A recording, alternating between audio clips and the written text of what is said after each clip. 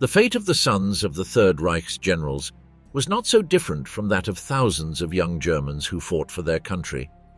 Such was the case of Manfred Rommel, who at just 15 years old witnessed one of the most painful episodes of his life, the forced death of his father, the legendary Field Marshal Erwin Rommel.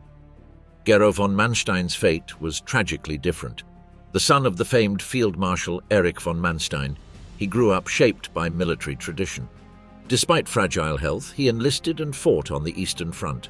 In 1942, at only 19 years old, he died in combat near Leningrad under the command of his own father.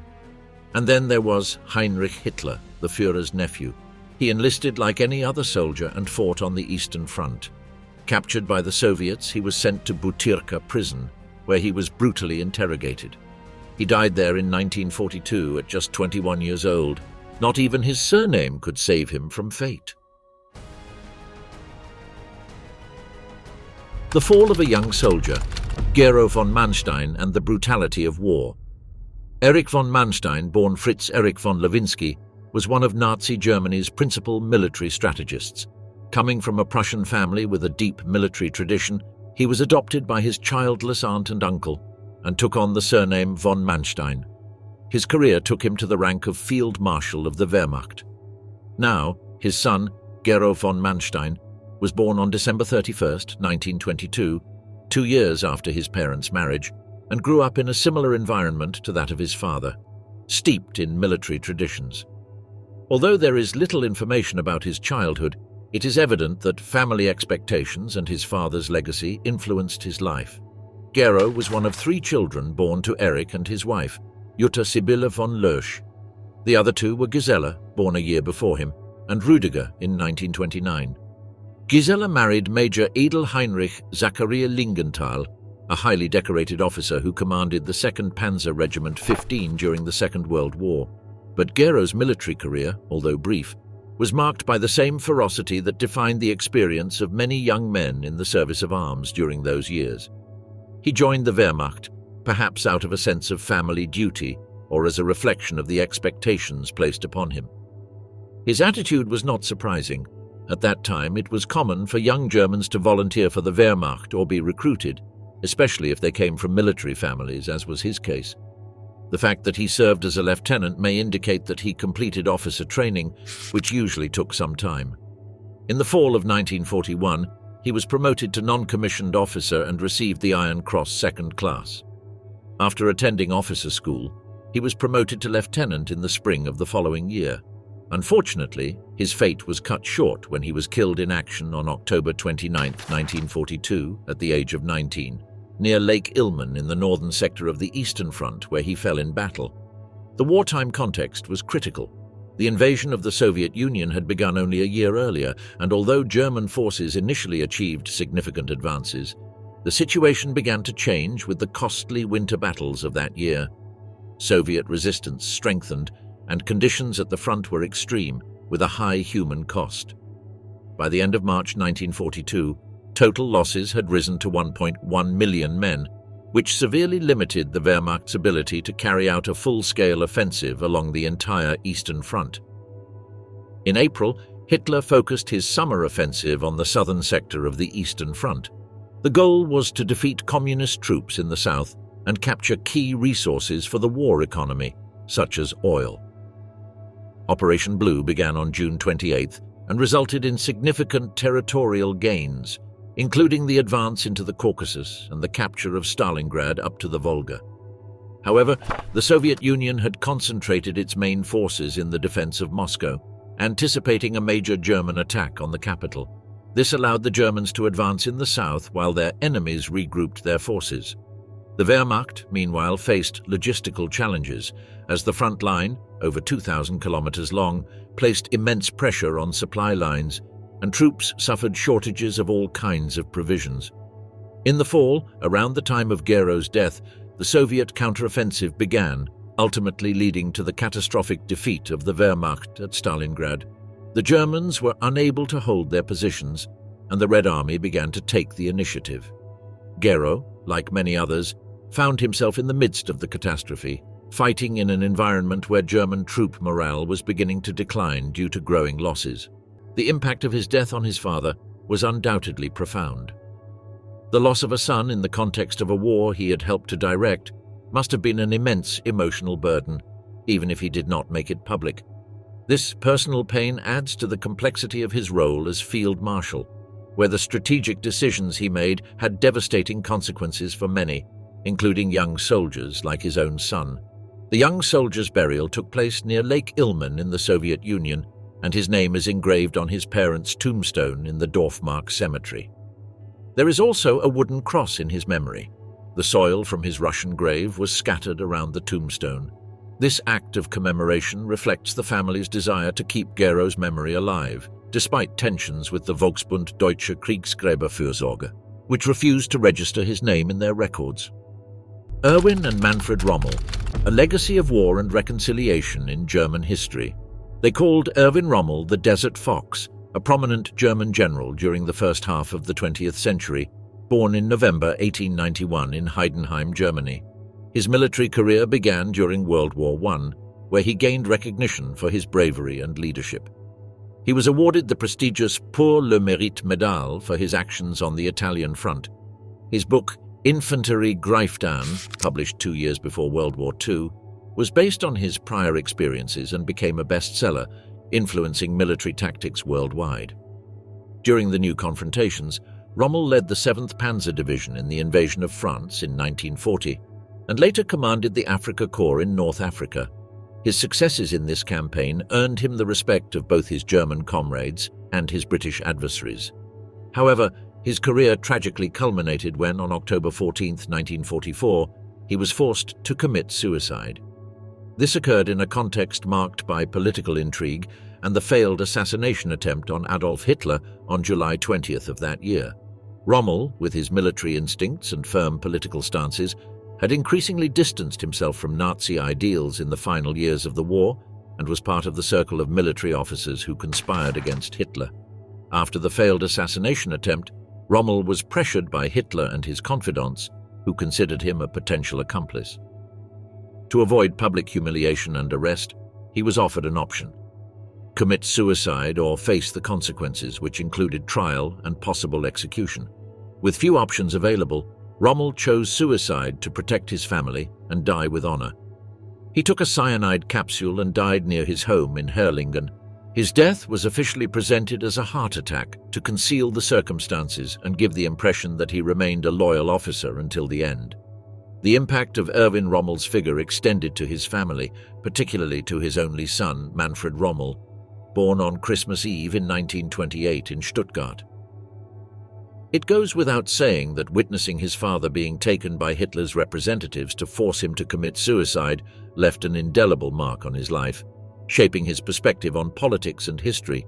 But let's talk a bit more about him. From an early age, Manfred was influenced by his father's military career and the tumultuous events of World War II, which began when he was just 11 years old. 3 years later, he was recruited as an assistant to the Luftwaffe, exposing him to the realities of the war.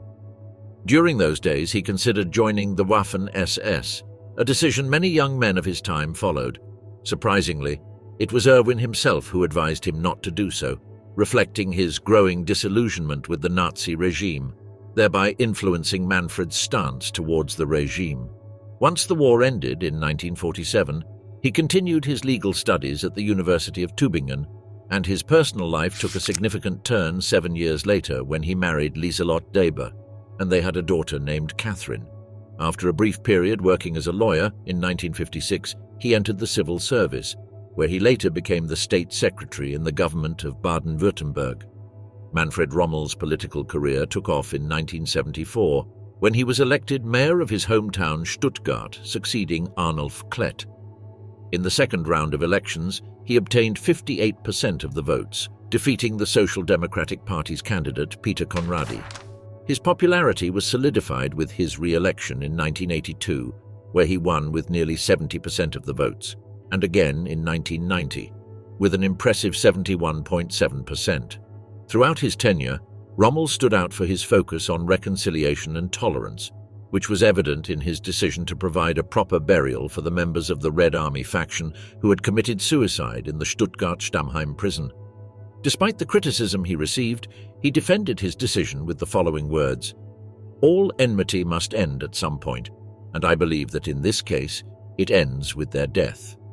While serving as mayor, Rommel cultivated a notable friendship with U.S. Army Major General George Patton IV, son of his adversary in World War II, General George S. Patton. This relationship, along with his friendship with David Montgomery, 2nd Viscount Montgomery of Alamein, son of Field Marshal Bernard Law Montgomery, was seen as a symbol of Anglo-German reconciliation after the events of the 1940s and the integration of West Germany into NATO.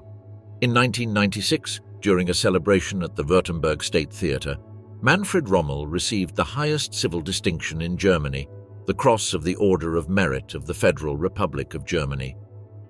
In his speech, Chancellor Helmut Kohl highlighted the good relations that had been maintained and built between France and Germany during Rommel's tenure as mayor. A few days later, the city of Stuttgart awarded him the title of honorary citizen. Despite the risks this posed to his popularity, Rommel spoke in favor of fair treatment for foreign immigrants who arrived in Stuttgart, drawn by its booming economy. His administration was characterized by rigorous control over the city's finances, which allowed for the reduction of debt and a radical transformation of local infrastructure, especially regarding roads and public transportation, while working to foster Franco-German relations. After retiring from politics that same year, he continued to be a sought-after figure as an author and speaker, despite suffering from Parkinson's disease. He wrote several political and humorous books and was known for his witty phrases and accessible style. He also contributed to the publication of The Rommel Papers, a collection of diaries, letters and notes written by his father during and after his military campaigns. Manfred Rommel passed away on November 7, 2013, leaving behind his wife Lieselot and his daughter Catherine. His commitment to reconciliation and social justice remains a reference for many members of his party, the Christian Democratic Union of Germany. Between war and family legacy, the story of Hans-Georg Model and his father, often nicknamed Hitler's firefighter because he was repeatedly deployed in critical situations to stabilize the front and prevent the collapse of the German lines, Walter Model was born on January 24, 1891 in Genthin and was a prominent German field marshal during World War II, known for his ability to lead and improvise in critical situations. He stood out in defense, and his success was based on several key factors. He was a master of improvised defense, used tactical principles such as reconnaissance directly from the front, always maintained a continuous front line, and relied on staggered defenses. Additionally, he always kept reserve forces, which he could use flexibly to maintain the front. His prolific military career began in 1909, and after a rapid rise, he became a key leader in several campaigns, including the invasion of the Soviet Union. Throughout his career, he was recognized for his tactical approach, which included the effective use of artillery, organized into a unit and used in a concentrated manner rather than distributed randomly, and the organization of defensive lines from the ruins of defeated units. At the same time, he married Hertha Heissen, the granddaughter of the famous poet Friedrich Rückert, and came from a middle-class family in the Rhineland with connections to the Krupp family in Frankfurt am Main in 1921. This marriage produced 3 children, daughters Hella and Christa, and son Hans-Georg. The patriarch of the family had grown up in a strict Protestant family and remained a Lutheran Christian throughout his life. Although it may sound strange, he was known for being rather reserved and distanced from political discussions, and rarely spoke about military or political matters, even with his family. Despite this, his family, and particularly his son Hans-Georg, played a significant role in these events. His descendant, born on March 1, 1927, grew up in a military environment and was influenced by his father's career. So much so that, like other young men of the time, he joined the Wehrmacht in 1944, at a time when Germany's military situation was desperate. The relationship between the two can be said to have been complex. The father, known for his discipline and rigorous approach, influenced Hans-Georg's formation, who in turn may have felt pressured by family expectations. The figure of his father, a renowned military leader, weighed on him, and his desire to honor that tradition was intertwined with the need to redefine his own identity in a racist, nationalist, and fanatic society in favor of their Führer. Despite his youth, as he was only about 16 or 17 at the time, he was dragged into a conflict that was already clearly lost. His battle experience was brief and marked by the confusion and despair that characterized the final days of the Third Reich. The Wehrmacht faced significant defeats on the eastern and western fronts, and the mobilization of young men like Hans-Georg reflected the desperation of the Nazi regime to maintain control. As the war advanced toward its conclusion, he faced the harsh reality of being a young soldier in an army that was falling apart before his eyes. The entire family lived in Dresden during those 6 years, and just before the end of the fighting, Walter had his personal records destroyed to prevent them from falling into Soviet hands. April 1945 arrived, and the B Army Group, commanded by Walter, was surrounded by the Allies in the Ruhr pocket, and the German defense had practically collapsed. Despite orders from Berlin to fight to the last man, Model recognized how desperate the situation was. In light of this, he gave permission for his troops to disband and surrender, a move later described by Joseph Goebbels as an act of treason. This accusation hurt his pride, as he had always considered himself a loyal servant of the regime. Meanwhile, he visited various positions of his remaining troops and gave them the freedom to surrender or return home. He knew that surrender was inevitable, but rejected the idea of surrendering to the Americans, fearing he would be handed over to the Soviets and hanged. Instead, he chose to take his own life, an act he considered more honorable than surrender. On the morning of April 21st, Model bid farewell to his officers and delivered a final message to his wife. He explained his decision, taking responsibility for the death of numerous soldiers and avoiding being captured. He took refuge in a bush in a forest near Duisburg and there shot himself. His last words reflected his belief that a general defeated in ancient times could preserve his honor through suicide. The death of his father marked a turning point in German military history, of course, but also in his son's biography. Hans-Georg, in trying to reconcile his heritage with his own identity, faced a path full of challenges from then on. Once everything was over, he entered post-war society and began a new life. He graduated from high school in 1947, then trained as a journalist in a desperate attempt to distance himself from the legacy of his name and build his own identity in a drastically changed military context. He later worked as a consultant in the Federal Council in Bonn and began studying law at the University of Rhineland Friedrich Wilhelm in Bonn. But the military past always haunted him, so in May 1956, he joined the German armed forces as a second lieutenant in a Panzer Grenadier training battalion in Munster and was later transferred to the artillery troops. He completed his training at the artillery school in Idar Oberstein and became a battery officer with the 5th Panzer Artillery Regiment in Niederlandstein. In the following years, he rose through the Bundeswehr and participated in the General Staff course at the Bundeswehr Command and General Staff College in Hamburg. He held various positions, including advisor to the Army General Staff and commander of the 41st Field Artillery Battalion in Landshut.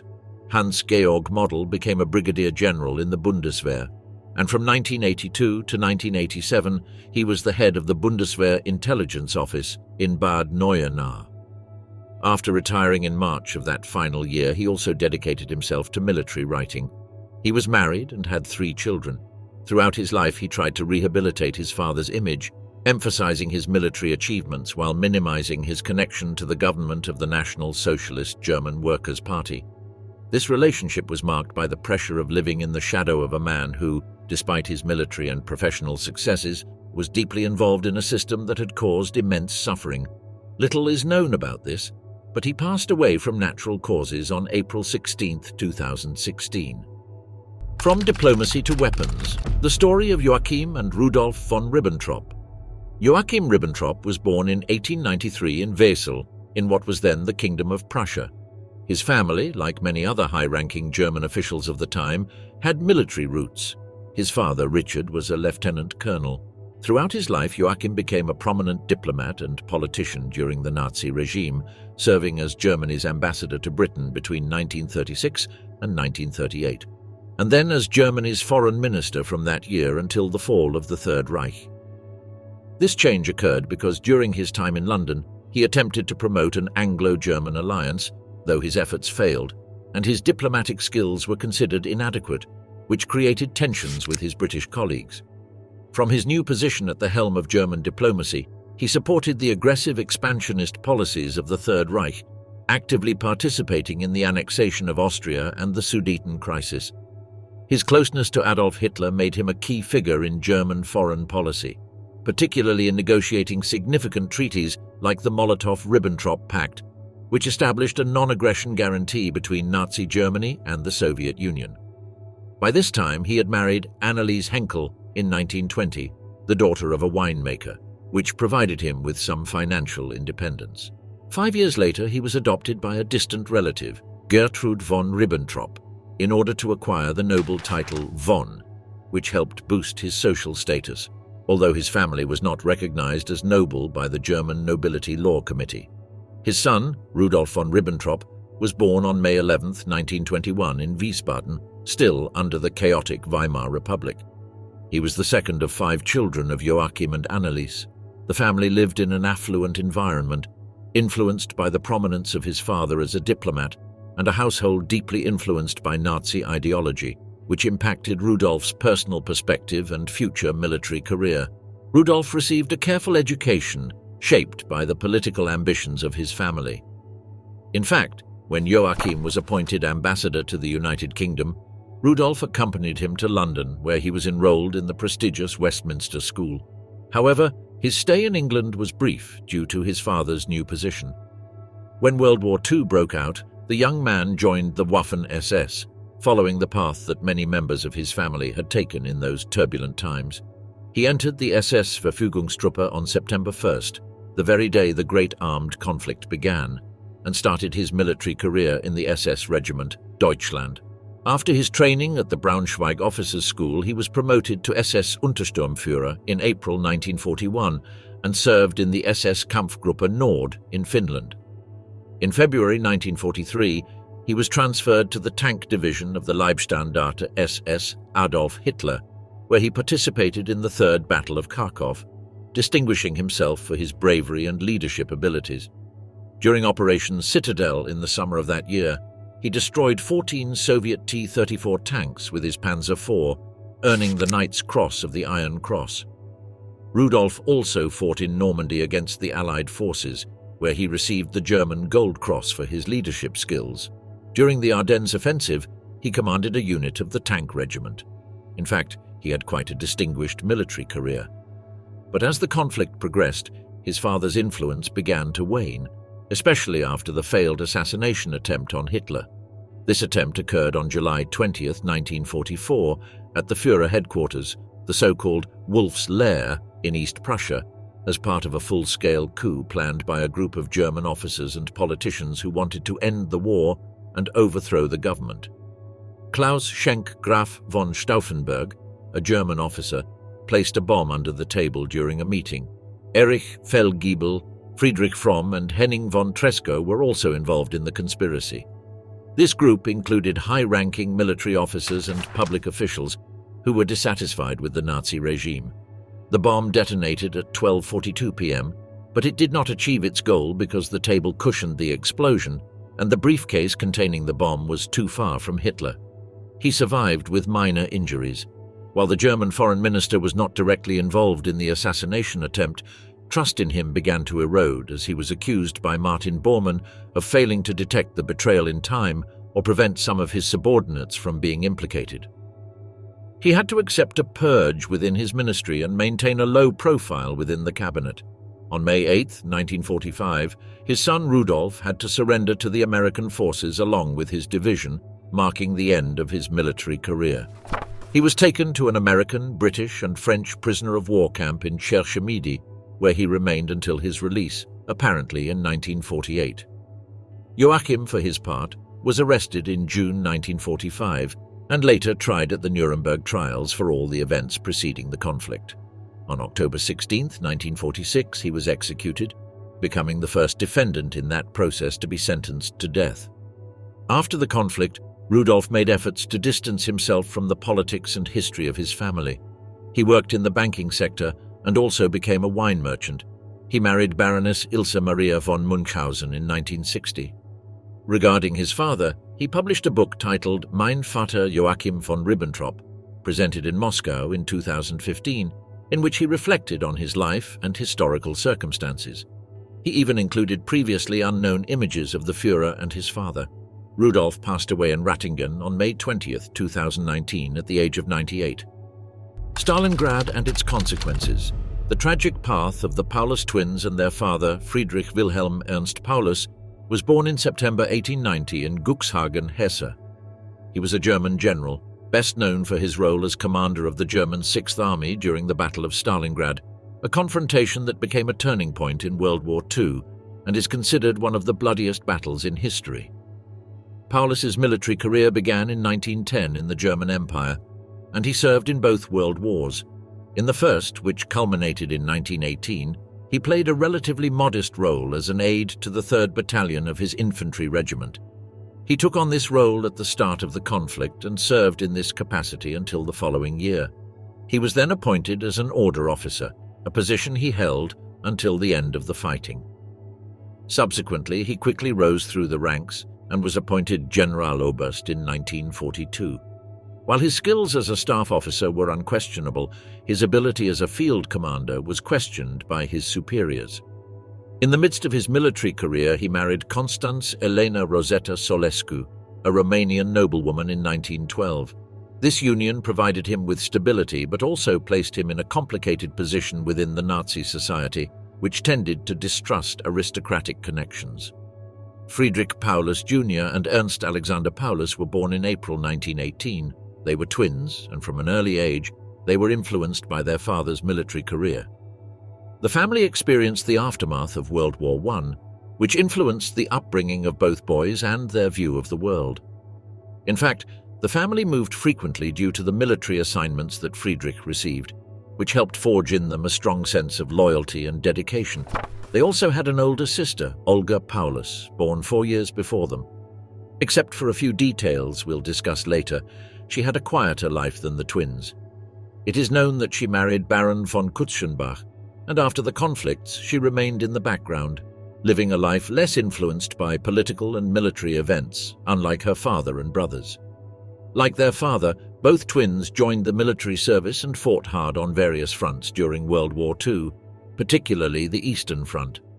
The situation on that front, which began after Operation Barbarossa, was part of a strategy of annihilation aimed at conquering Eastern Europe to establish a greater Germanic empire. In theory, the Wehrmacht achieved significant progress at first, but the Soviet counteroffensive led to a change in the course of events, particularly in the Battle of Moscow and the Battle of Stalingrad.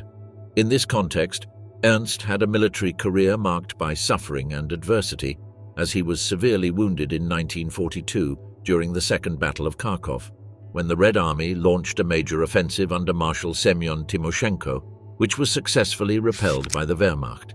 This battle was significant because the Soviet troops were encircled and suffered heavy losses.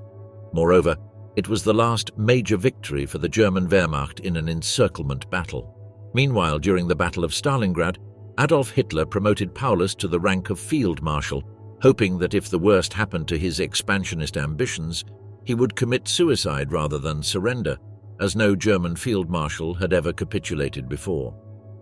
This battle, which took place from August 1942 to February the following year, became a turning point in the war.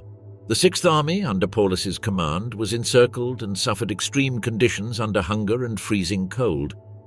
On January 31, 1943, Paulus surrendered, an act that was considered a betrayal by many German leaders. In some ways this was true, as it marked the end of the German advance in enemy territory. However, collateral damage could not be ignored. This was one of the deadliest battles in history. On the German side, about 150,000 soldiers died, and another 100,000 were taken prisoner. Of them, only about 6 returned alive. On the Soviet side, the losses were also immense, with more than 700,000 dead and wounded. The impact of the Patriarch's surrender was deeply felt by his loved ones. Paulus Jr. was fighting on other fronts while his father was trapped in Stalingrad. Ernst Alexander, who was already suffering from the events in Kharkov, also faced the consequences of his father's surrender, being arrested along with his mother and sister at the Dachau concentration camp and suffering the after-effects of the conflict. The fact that the three of them ended up in Dachau was part of the Sippenhaft policy, which involved the detention of the relatives of those considered traitors. Paulus Jr., for his part, distinguished himself in the Battle of Anzio, which began on January 22, 1944, 4 months after the Allied forces began invading the Italian peninsula, and ended on June 4th with the liberation of Rome. The Battle of Anzio was initially a tactical failure because the Allies could not advance quickly to Rome. However, the operation played a significant strategic role as it restricted German troops and prevented them from being deployed on other fronts, leading to the liberation of Rome on June 4th. But for the purpose of this story, Paulus Jr.'s life was cut short when he died in one of the battles of that campaign, which dealt a heavy blow to his family, especially his father, who was already facing the pressure of surrender in Stalingrad. During his time in captivity, Paulus began expressing his opposition to the Nazi regime and joined the National Committee for a Free Germany, urging his compatriots to surrender. In 1946, he testified at the Nuremberg trials, where he shared his perspective on the events of the war. He was released by Soviet forces in 1950, 2 years before the last German prisoners were repatriated. He established his residence in Dresden, in what was then East Germany. Shortly after his release, he took the position of civilian head of the Military Historical Research Institute of the German Democratic Republic, a position he held until the end of his career.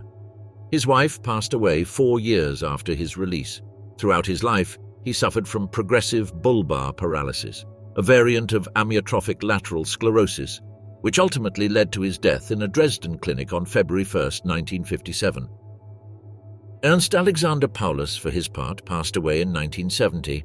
Little is known about his post-war activities, as he completely withdrew from the public scene. Heinz Günther Guderian. Influences, rises and contributions to the Bundeswehr. Heinz Günther Guderian was born on August 23, 1914, in Goslar, Germany, into a family with a rich military tradition. He was the son of Heinz Guderian, a prominent general during World War II. He also had a brother named Kurt. His father had begun his military career 7 years before Heinz Günther was born, joining the army after attending cadet schools in Karlsruhe and Berlin. During World War I, he served as an intelligence officer on the Western Front, taking part in battles such as the Marne and Verdun. A year before the war ended, he was transferred to the High Command's General Staff. After the war, he briefly joined a Freikorps unit in the Baltic countries and the Eastern Border Guard in Silesia in 1919, before being accepted as a captain into the Reichswehr, despite the army reductions imposed by the Treaty of Versailles. Since the Versailles Treaty prohibited tanks, he trained using tractors and wooden mock-ups, while also conducting secret exercises with tanks in the Soviet Union. He developed his strategic thinking through writings such as his book Achtung, Panzer, published in 1937, in which he advocated the combination of tanks, infantry and air power, the basis for the later blitzkrieg tactics. With Hitler's rise to power, his career accelerated. He was appointed commander of the 2nd Panzer Division, promoted to Major General in 1936 and to Lieutenant General 2 years later. As commander of the 16th Army Corps, he led the invasions of Austria and the Sudetenland. Growing up in this environment, Heinz Günther was strongly influenced by the military world around him, which led him to follow in his father's footsteps and join the Wehrmacht. He completed his formal education in 1933, graduating from a humanist high school in Berlin-Zehlendorf.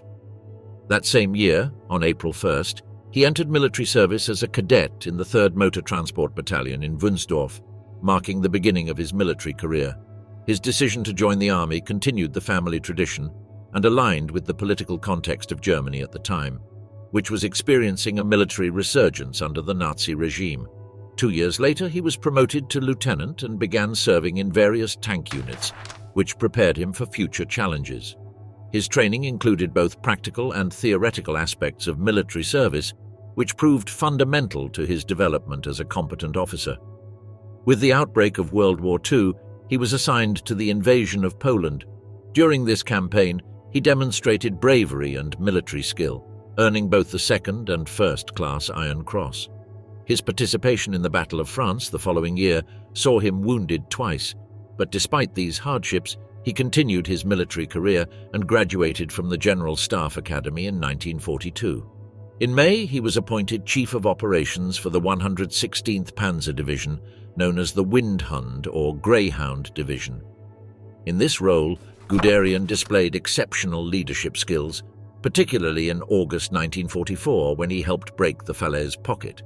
For this achievement, he was awarded the Knight's Cross of the Iron Cross by his own father. At the end of the war, Heinz Günther was captured by US forces and spent time in captivity, sharing the experience with his father, who was also detained. He remained in prison until October 1947. His father, who had to wait almost a year longer, was never formally charged, although his conversations had been secretly recorded. In one of them, he expressed that National Socialist principles were still valid. After his release, Heinz Günther joined the Gehlen organization, the precursor to the Bundesnachrichtendienst, BND, where he worked from March of the following year until March 1956, marking the beginning of his post-war career in West Germany. Meanwhile, his father, spared the fate of some of his colleagues, retired to Schwangau near Füssen in southern Bavaria, where he began writing. He became a proponent of the clean Wehrmacht myth, distancing the German army from Nazi crimes, an image he promoted in his writings during the 1950s. He died on May 14, 1954, at the age of 65, and is buried in the Friedhof Hildesheimer Straße Cemetery in Goslar. Later, his son joined the newly formed Bundeswehr as an officer. His career in the Bundeswehr was marked by a series of promotions and responsibilities, culminating in his appointment as Inspector of the Armored Troops, a position his father had also held during World War II. Initially, he was assigned as a lieutenant colonel and section chief in the BND before taking command of the 3rd Tank Battalion, placing him directly in charge of troops. His experience and leadership abilities led him to various positions within the General Staff, including Deputy Chief of the Army Staff's 3rd Division at the Ministry of Defense in Bonn. In July 1963, he was promoted to Brigadier General and took command of the 14th Panzer Brigade in Koblenz, where he oversaw the introduction of the Leopard battle tank, a significant technological advancement for German armored forces at the time. In October 1967, Guderian was appointed Inspector of the Armored Troops, a position he held until his retirement in March 1974. During his tenure, he played a crucial role in modernizing and developing the Bundeswehr's armored forces. His contribution to the modernization of the German army was recognized 2 years before his retirement, when he received the Grand Cross of the Order of Merit of the Federal Republic of Germany. After leaving active service, he dedicated himself to military history research and writing. His book, The Last Year of the War in the West, analyzed the history of the 116th Panzer Division, in which he had served as Chief of Operations, and examined strategic decisions during the Allied invasion of Normandy. He died at the age of 90 in the city of Bonn on September 25, 2004. The hidden connections: Alois and Heinz Hitler and their role in history. Adolf Hitler, born in 1889 in Braunau am Inn, Austria-Hungary, became the leader of the National Socialist regime in Germany and is one of the most controversial figures of the last century. His rise to power began in the 1920s when he emerged as a charismatic speaker and propagandist of the still infant National Socialism. In 1933, he was appointed Chancellor of the Reich, and after the death of Paul von Hindenburg the following year, he consolidated his power by combining the positions of President of the Reich and Chancellor, declaring himself Führer. His aggressive foreign policy culminated in 1939 with the invasion of Poland, marking the beginning of World War II. Under his regime, millions of people, including 6 million Jews, were killed in the Holocaust. However, this story is not about him per se, but rather about his family. These individuals played a complex and ambivalent role in his life. Although Hitler occasionally hid his background and maintained distant relationships with most of his relatives, there were exceptions such as his half-sister Angela and his niece, Geli Raubal. Yes, he had several siblings, including full and half-brothers, most of whom died in childhood at the end of the 19th century.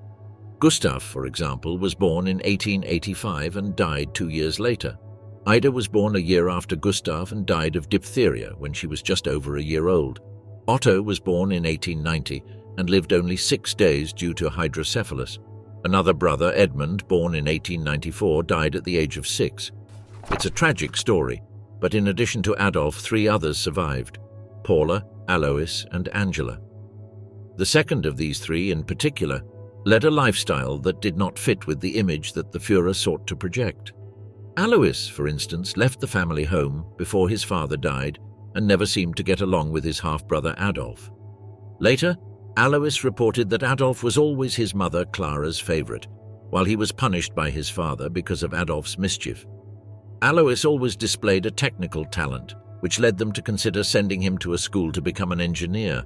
However, these hopes were suddenly abandoned, possibly due to Clara's intervention, as Alois was unwilling to invest large sums in his son's education.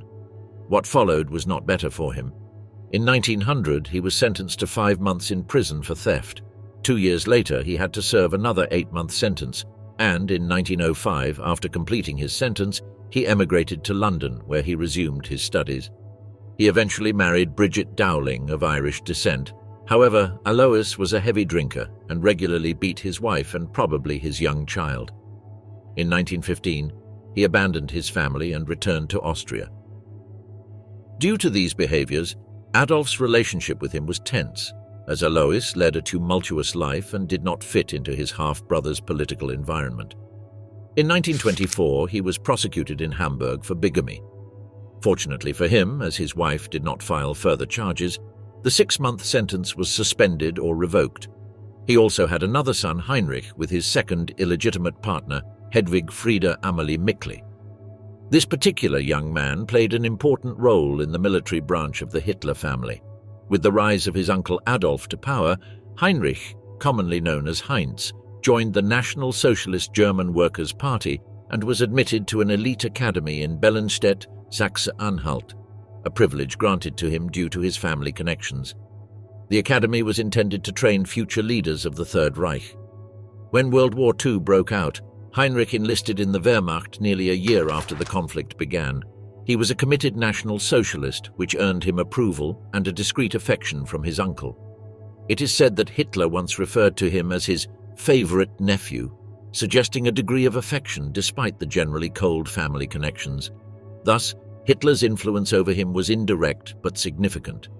Although he never had frequent personal contact with his nephew, Heinz's life and career were deeply influenced by the political and ideological principles of the Nazi regime. A year later, Heinrich was sent to the Eastern Front, where he served as a communications non-commissioned officer in the 23rd Artillery Regiment, which participated in Operation Barbarossa and the invasion of the Soviet Union. During this phase of the war, Heinz's regiment advanced toward Moscow. As a communications non-commissioned officer, he played a crucial role in coordinating artillery attacks and ensuring communication between different units. His position on the front line was dangerous, and he was assigned several times to recover communication equipment from abandoned positions which posed high risks. He was a fairly respected soldier and, for his services to the Third Reich, received the Iron Cross, second class. However, he used his family connection with the Chancellor to gain advantages, such as evading sanctions during police controls. But his fate changed in January 1942, when, while participating in an operation to recover abandoned transmission equipment, he was captured by soldiers of the Red Army. He was subsequently transferred to Moscow, where he was imprisoned in a military prison called Butyrka, where conditions for prisoners were terrible, as they were kept in overcrowded and filthy cells, and many suffered from hunger and lack of medical care. This situation went unnoticed by the German public for propaganda reasons. The Soviets, aware of his relation to the Chancellor, saw him as a potential source of information about the Nazi regime. During his time in prison, he was subjected to intense interrogations and torture by the Soviet secret police, who sought to extract information about Hitler and his inner circle. Despite his position as a communications non-commissioned officer, Heinz had no access to high-level military secrets, which frustrated the interrogators further. It is believed that he may have died nearly a month after his capture, under conditions that are still unclear but could be linked to torture interrogations, or even the inhuman conditions of his imprisonment. After the end of World War II, Alois Hitler, now called Alois Hiller, lived unrecognized in a middle-class environment with his family in Hamburg-Fuhlsbüttel. Challenging the past, the life of William Patrick Hitler in America. Of course, he was the second son of Alois, one who did not follow the example of his older half-brother. William Patrick Hitler, the half-nephew of Adolf, was born in 1911 in Liverpool, England. His parents, Alois Hitler Jr. and Bridget Dowling, met 2 years earlier in Dublin, Ireland. Alois worked as a waiter at the Shelbourne Hotel in Dublin, though he presented himself as a wealthy hotelier travelling across Europe. Bridget, the daughter of William Dowling, met the Führer's half-brother during the Dublin Horse Show. After several encounters, they began discussing marriage, which was finalised in June 1910, and the couple settled at 102 Upper Stanhope Street in Toxteth, Liverpool, where their son William Patrick was born. His early years were marked by family instability, as previously mentioned, Alois led a wandering life and abandoned his family when William was only 3 years old. Alois left Bridget with the responsibility of raising their son with the support of her family in Ireland, and it would take 10 years before she received any news of her husband, who wrote from Germany asking for help after being accused of bigamy. William grew up in precarious conditions and, despite his father's absence, developed a strong personality that led him to publicly oppose his uncle in the future. At 18, he visited his father in Germany. Alois invited him to a National Socialist Party Congress in Nuremberg, where William Patrick had his first encounter with his uncle Adolf Hitler, who had already gained significant popularity. However, that first meeting was not warm. Adolf was annoyed by the public attention his nephew received due to his last name and did not like that he was English. The following year, he met his uncle again in Berlin, where Adolf, now established as the party leader, expressed his displeasure with what he saw as an attempt by his nephew to exploit the popularity of the name. This second meeting was equally tense, and Adolf even described him as repulsive. It was certainly a different treatment compared to Heinz, who was distant but considered. Despite the poor relationship, Adolf was right. William Patrick did attempt to use his family connection to secure a job in Germany, although his efforts were unsuccessful. With his uncle's rise to Chancellor, he moved to Germany, hoping to benefit from his famous surname. Despite Adolf's aversion to nepotism, he secured a job for him at Opel, first in Rüsselsheim, and then at a car dealership in Berlin. However, his attempt to use his last name to boost his sales opportunities was not well received. He was fired, but there are two versions of the story. One suggests he was arrested at a cafe in Berlin when the police questioned his identification, which led to his temporary imprisonment. Though he was released thanks to the intervention of the British Embassy, the Gestapo banned him from working for a while. Another, somewhat simpler version suggests that a loyal party customer reported to the police that he was using his surname to close car sales, which resulted in his dismissal. Regardless of what happened, Adolf Hitler once again described him as one of his most repulsive relatives. A year before the war started, William Patrick tried to pressure Adolf to improve his personal situation, sending him a letter in which he threatened to reveal compromising stories about the family unless his demands were met. This threat increased Adolf's distrust of his nephew, though. To calm him, he decided to raise his salary. Just in case, he also asked him to renounce his British citizenship and adopt German citizenship in order to secure a higher-ranking position.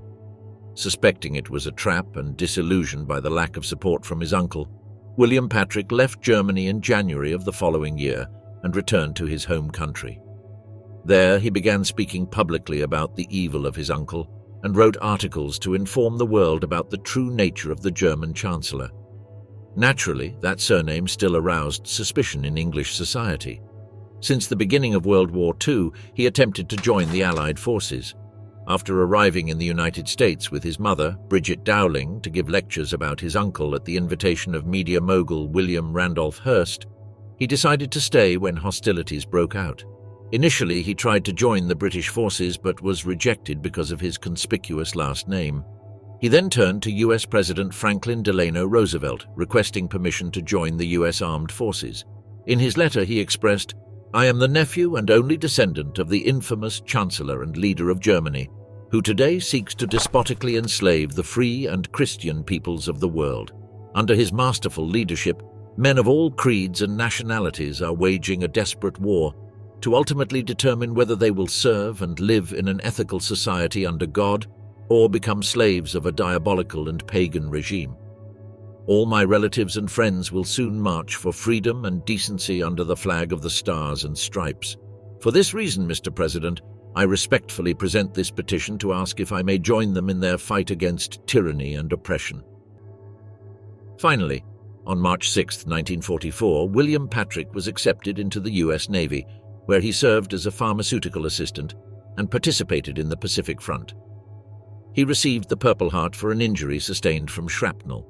He was discharged 2 years after the conflict ended, following 3 years of service in the armed forces. That same year, he married Phyllis Jean-Jacques and had 4 children. An interesting detail is that he changed his surname to Stuart Houston to live a more normal life and distance himself from his uncle's past.